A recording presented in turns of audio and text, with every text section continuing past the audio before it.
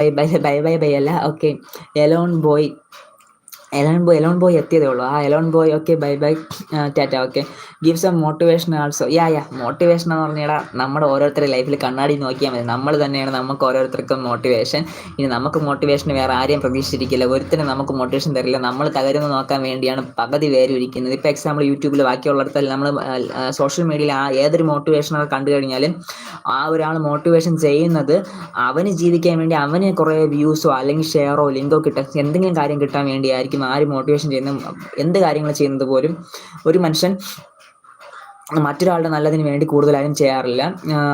അവർക്ക് എന്തെങ്കിലും കാര്യം ലഭിക്കുന്നതിനോ സന്തോഷത്തിന് വേണ്ടിയോ കാര്യങ്ങൾ മാത്രമാണ് ചെയ്യുന്നത്. അപ്പം നമ്മൾ തന്നെ നമ്മുടെ ഉള്ളിലേക്ക് നമുക്ക് സ്വന്തമായിട്ടൊരു മോട്ടിവേഷൻ കൊണ്ടുവരിക. നമുക്ക് എന്താണ് ആവശ്യമുള്ള കാര്യം, അത് നേടിയെടുക്കാൻ വേണ്ടിയുള്ള കാര്യം ചെയ്യുമ്പോൾ അതിന് നമുക്ക് നമ്മുടെ ബോഡിയിൽ അതിന് നമ്മൾ സന്തോഷം കണ്ടെത്താൻ വേണ്ടിയുള്ള കാര്യങ്ങൾ ശ്രമിച്ച് മാക്സിമം സന്തോഷത്തോടു കൂടെ നമ്മൾ അതിൽ എത്താൻ വേണ്ടി ശ്രമിക്കുക. ടെൻഷൻ അടിച്ചുകൊണ്ടൊന്നും ചെയ്യരുത്. സന്തോഷത്തോടുകൂടെ അതിലെത്താൻ വേണ്ടി ശ്രമിക്കുക. അതാണ് ഏറ്റവും വലിയ മോട്ടിവേഷൻ.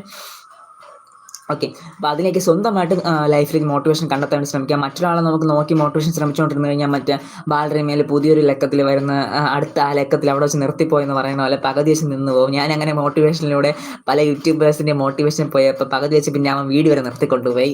അങ്ങനെയൊക്കെ വന്നിട്ടുണ്ട്.